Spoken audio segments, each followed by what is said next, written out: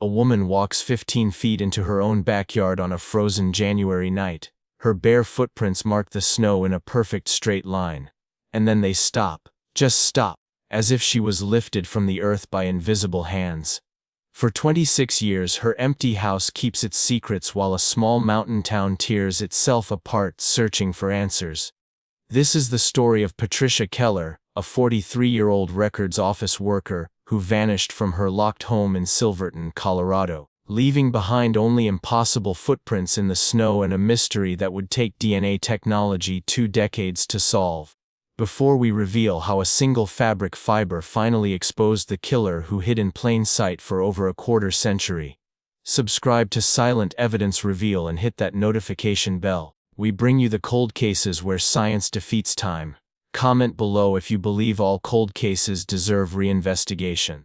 Now let us uncover the chilling truth about the footprints that ended nowhere. January 8, 1992 began as an ordinary Wednesday morning in Silverton, Colorado, a tiny mountain town of barely 600 souls tucked into the San Juan Mountains at 8,000 feet elevation. The kind of place where everyone knew everyone else's routines down to the minute, where front doors stayed unlocked and neighbors watched out for each other with the casual intimacy that only extreme isolation creates. Patricia Keller should have been at her desk at 7:30 sharp, just like she had been every Wednesday for the past 11 years. She worked as a senior clerk at the county records office in the historic courthouse downtown, processing birth certificates and property deeds and marriage licenses with the meticulous attention to detail that had made her indispensable to the small staff. Patricia was 43 years old that winter, a woman whose life moved with the precision of a Swiss watch. She lived alone in a modest 2-story house on Mineral Street, painted pale yellow with white trim, surrounded by a chain-link fence she had installed herself the previous summer. Her husband Robert had died in a mining accident 7 years earlier, crushed when supports failed in the Lucky Strike mine shaft during what was supposed to be a routine inspection. Since his death, Patricia had built a quiet existence around routines that held grief at bay through sheer discipline. Coffee at 6:15, shower at 6:30, out the door by 7:10 for the 12-minute walk to the courthouse. She kept her brown hair short and practical, wore the same 3 cardigans in rotation, and never missed a day of work. Her supervisor Margaret Walsh could set her watch by Patricia's arrival time.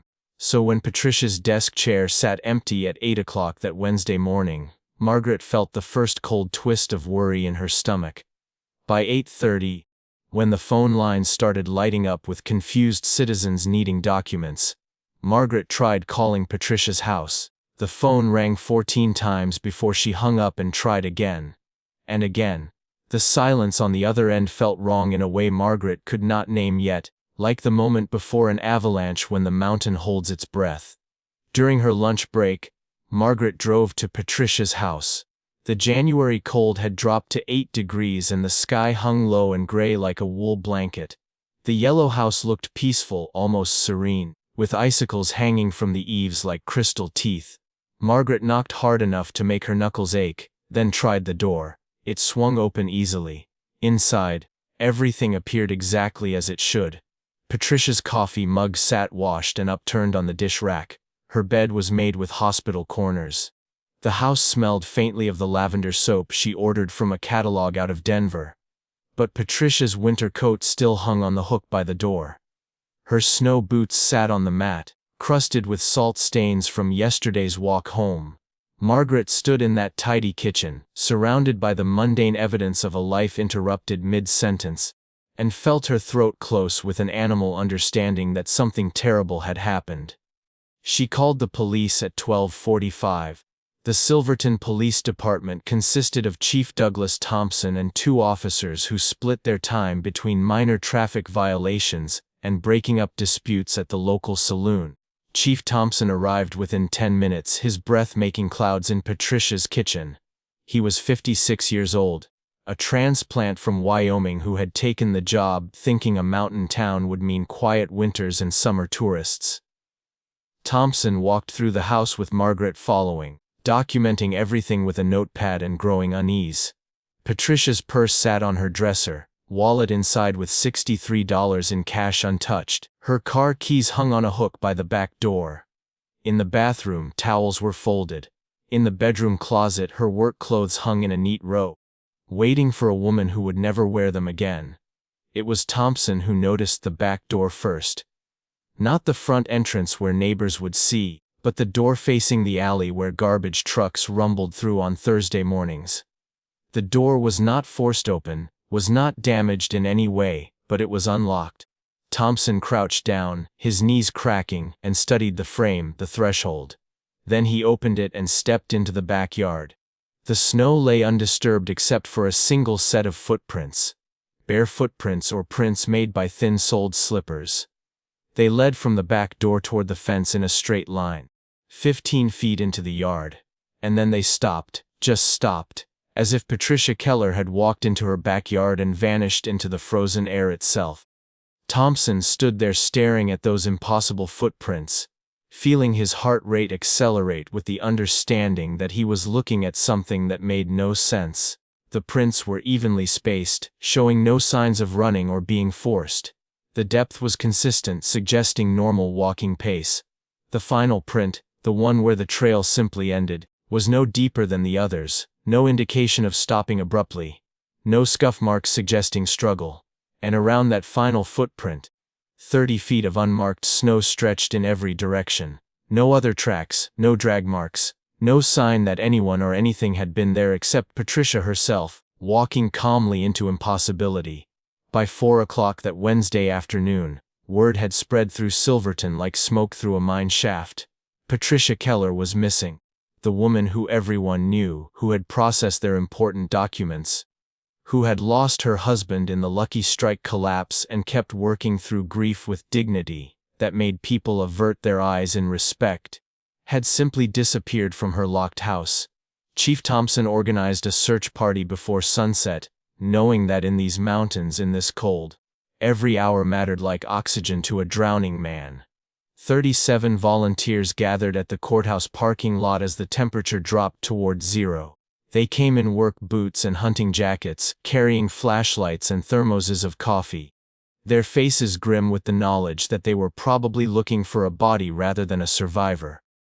Thompson divided them into groups of 4, assigned grid sections covering a 2-mile radius from Patricia's house. They would search until dark, then resume at first light.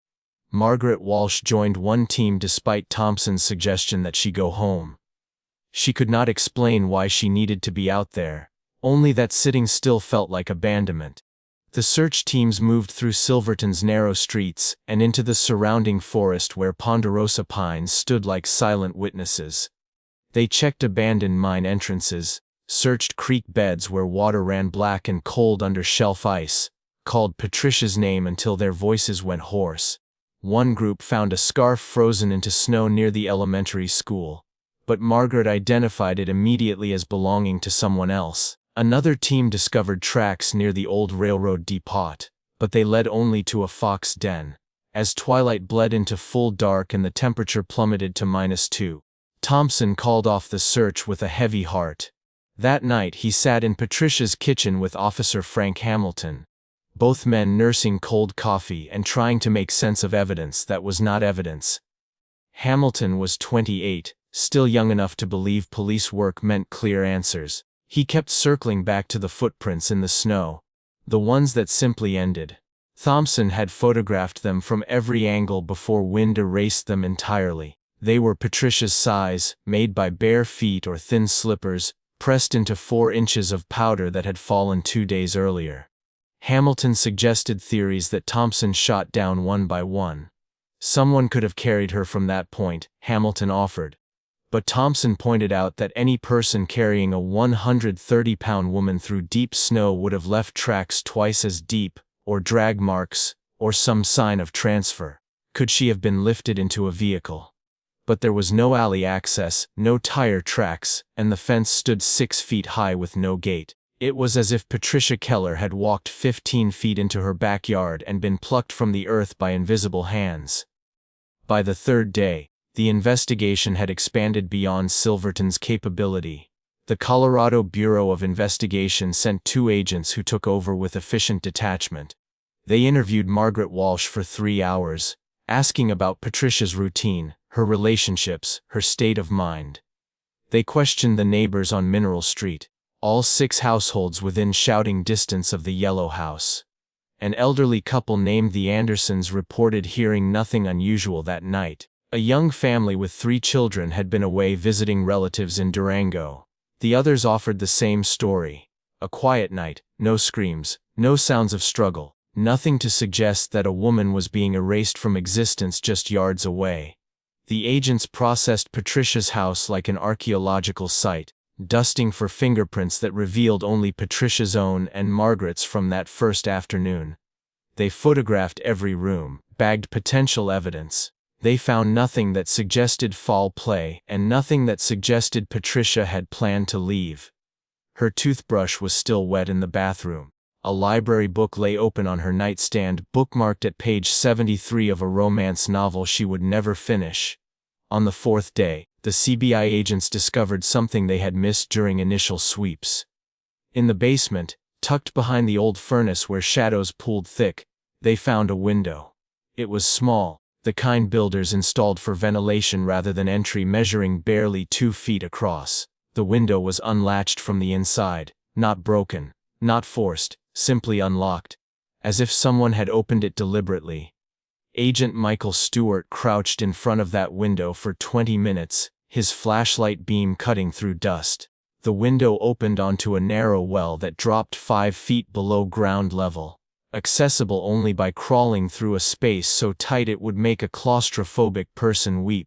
Stewart examined the frame with a magnifying glass, searching for tool marks or tampering. The wood was old, painted over many times, but there were no scratches, no fresh damage, nothing indicating forced entry from outside. The discovery should have provided answers. Instead, it spawned a dozen new questions that metastasized through the investigation like cancer.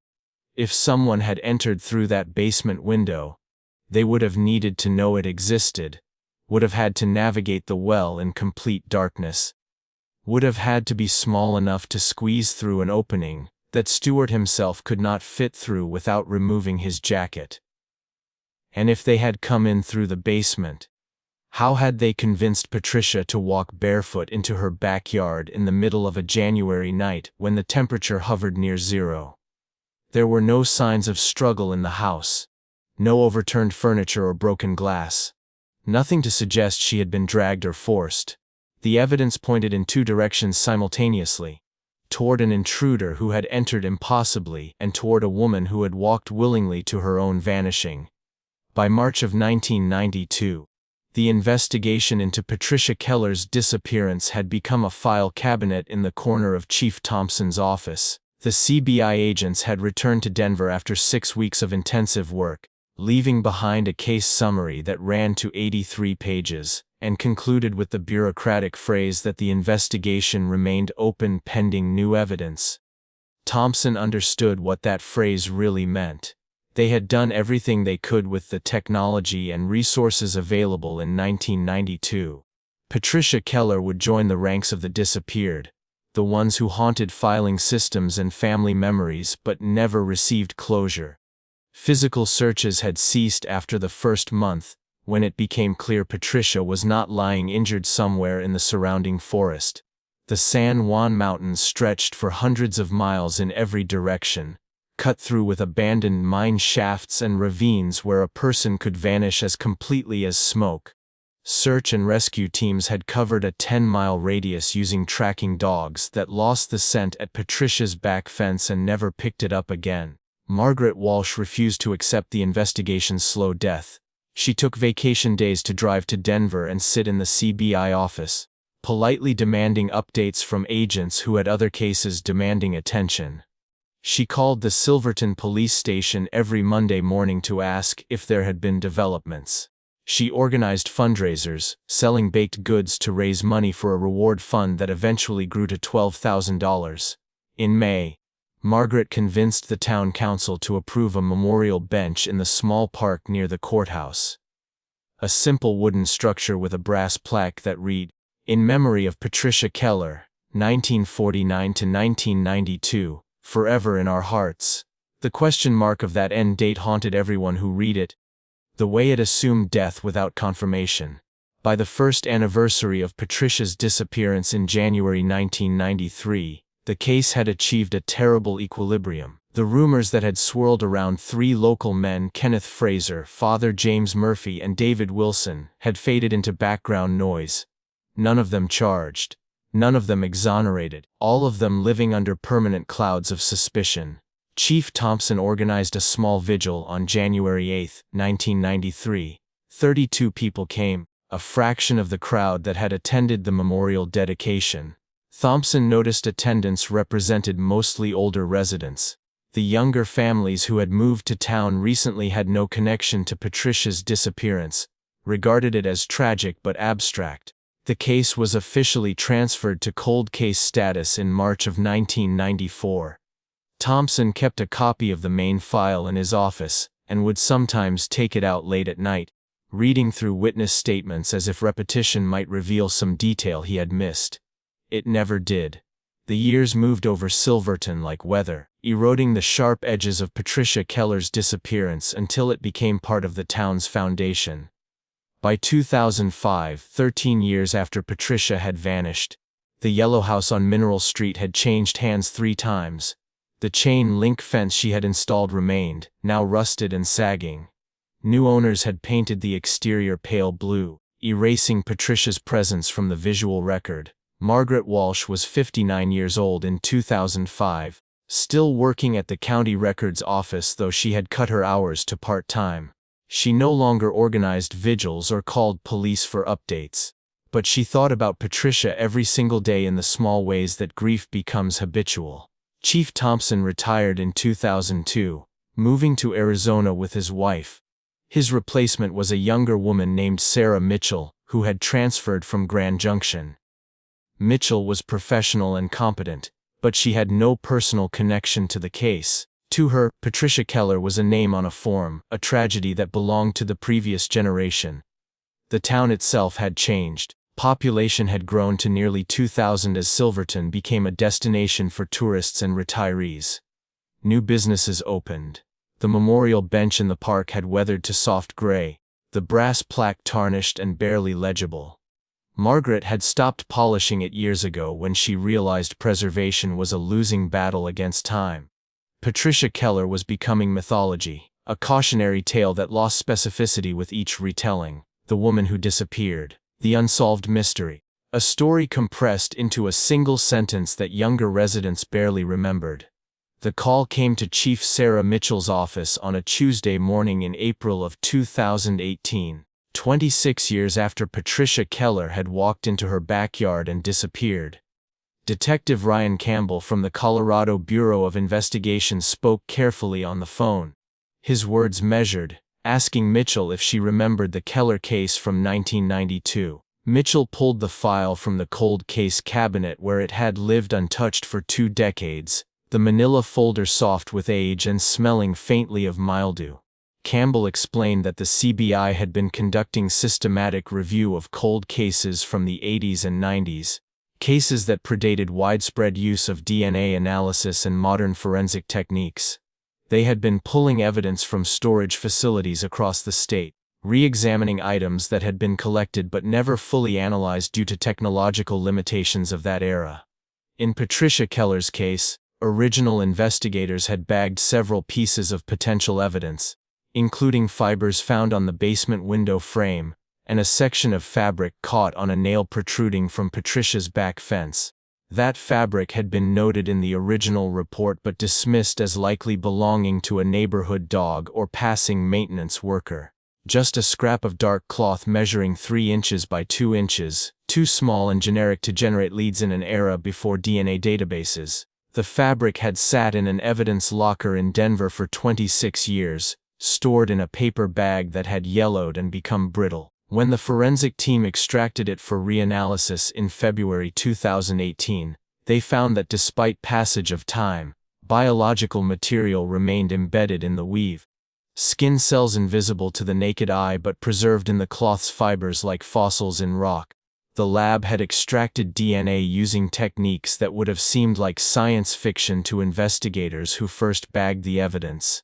They had created a profile and run it through the combined DNA index system, a database containing over 17 million profiles from convicted offenders and forensic evidence from unsolved crimes across the nation. Mitchell felt her hands go cold as Campbell continued.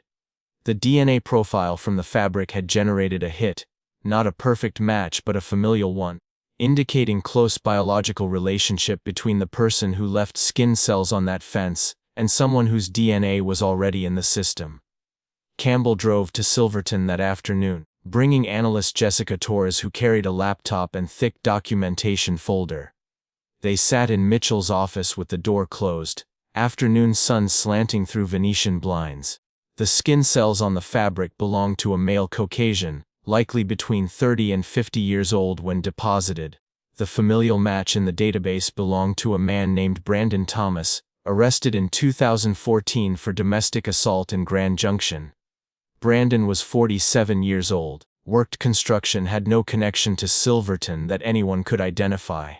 But his DNA indicated someone closely related to him, likely a father or brother, had left biological material on Patricia's fence around the time of her disappearance. Torres pulled up information on her laptop. Brandon Thomas had an older brother named Gregory Thomas, 53 years old. In 1992, Gregory had been 27 and working as a contractor in the Silverton area. He had left Colorado in 1993, moved to Nevada for 5 years, then to Oregon where he had lived quietly since 1998. Campbell spread photocopies across Mitchell's desk. Company records from Mountain View Construction, a small outfit based in Durango that took jobs throughout the San Juan region. The documents showed Gregory Thomas had performed basement waterproofing on a residential property in December 1991. The address was 847 Mineral Street, Patricia Keller's yellow house. Mitchell felt 26 years of assumptions rearranging themselves. Gregory Thomas had been inside Patricia's house, had worked in her basement where that suspicious window was located, had intimate knowledge of the property's layout. He would have known about the window well, would have understood the basement offered access neighbors could not observe. Torres showed surveillance photographs taken over recent days.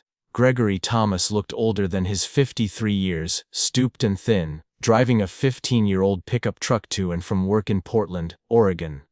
He lived alone in a small house, lights going on at 7 and off by 10. He looked like 1,000 other aging blue-collar workers, unremarkable and forgettable. But Portland detectives had discovered one habit that stood out.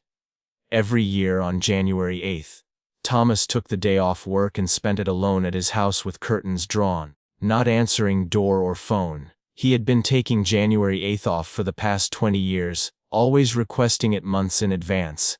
The anniversary of Patricia's disappearance. Campbell explained that Mountain View Construction had been contacted during the original canvass of local businesses in 1992, had been asked to provide a list of properties they worked on. But the company's records had been disorganized, and the list provided to investigators had been incomplete. Patricia's house had not appeared on it. Nobody had thought to verify the list against tax records or invoices. If someone had been more thorough, Gregory Thomas would have been interviewed within days of Patricia's disappearance. But he had not been, and so he had continued his life for 26 years, moving from state to state, carrying whatever knowledge he had about that January night like a stone in his chest. The arrest happened on a rain-soaked morning in May 2018. Portland police blocked Thomas's driveway at 6:30 as he headed to his truck for another day of work. 8 officers emerged with weapons drawn. Thomas stood very still in the drizzle with his hands raised, his face moving through expressions that one witness described as confusion to recognition to something that looked almost like relief. He asked only one question before they handcuffed him. "Is this about Colorado?" The officers had not answered, but the question told them everything they needed to know. During interrogation, Thomas remained silent on his attorney's advice. But the evidence was overwhelming: the DNA match, the work records placing him at Patricia's house, phone records connecting him to 3 people who had helped him evade justice for decades. A secretary who had destroyed work orders, a neighbor who had found a blood-stained cardigan and let Thomas take it, a business owner who had paid for Thomas's relocation to Nevada. The trial began in February 2019 in the same courthouse where Patricia Keller had worked for 11 years. Margaret Walsh, now 73 years old, attended every day, sitting in the front row with rigidity that suggested she might shatter if she relaxed. Gregory Thomas sat at the defense table looking diminished, as if 26 years of guilt had physically compressed him. The prosecution built their case on DNA evidence, on phone records connecting Thomas to accomplices, on circumstantial evidence painting a picture of obsession and opportunity. Witnesses testified that during the basement waterproofing job, Thomas had talked about Patricia constantly, had made comments about her living alone, about how vulnerable single women were. One coworker testified Thomas had mentioned Patricia's routines in ways that made him uncomfortable even at the time. The jury deliberated for 14 hours before returning a verdict that surprised nobody but still hit Silverton like physical force. Guilty of second-degree murder. Guilty of improper disposal of human remains. Thomas showed no reaction as the verdict was read. Margaret Walsh allowed herself to cry for the first time in 27 years. Chief Mitchell felt the weight of understanding how many people had failed Patricia Keller. How many small acts of cowardice had added up to decades of injustice. At sentencing 2 weeks later, Judge Patricia Harrison sentenced Gregory Thomas to 30 years to life for murder and an additional 10 years for improper disposal of remains. Thomas would be 83 before becoming eligible for parole. The judge made clear she hoped he would spend whatever years remained thinking about what he had done, about the woman whose life he had stolen and the community he had poisoned. Margaret Walsh delivered a victim impact statement, speaking about Patricia's kindness, her resilience after losing her husband, her absolute lack of deserving anything that had happened. Gregory Thomas never confessed to specific details of what happened on January 8, 1992. Never revealed where Patricia's body had been disposed of. The prevailing theory suggested Thomas had returned to Patricia's house that night, had entered through the basement window he had become familiar with, and had confronted Patricia with obsessive intention that escalated into violence. The footprints in the snow suggested Patricia had been alive when she walked into her backyard, that perhaps Thomas had been waiting there or had forced her outside. What happened after that final footprint remained unknown. The case became a cautionary tale studied in law enforcement academies, an example of how small-town investigations could be derailed by simple oversights. But it also became a story about persistence of evidence, about how science could reach backward through decades and extract truth from fabric and skin cells. For residents of Silverton who remembered Patricia Keller, the resolution brought not peace but a different kind of pain. The pain of understanding that justice, when it finally arrived, could not resurrect the dead or restore the years stolen from everyone who loved them. The yellow house on Mineral Street, now painted blue, stood as it always had, a monument to everything that had been lost and everything that could never be recovered.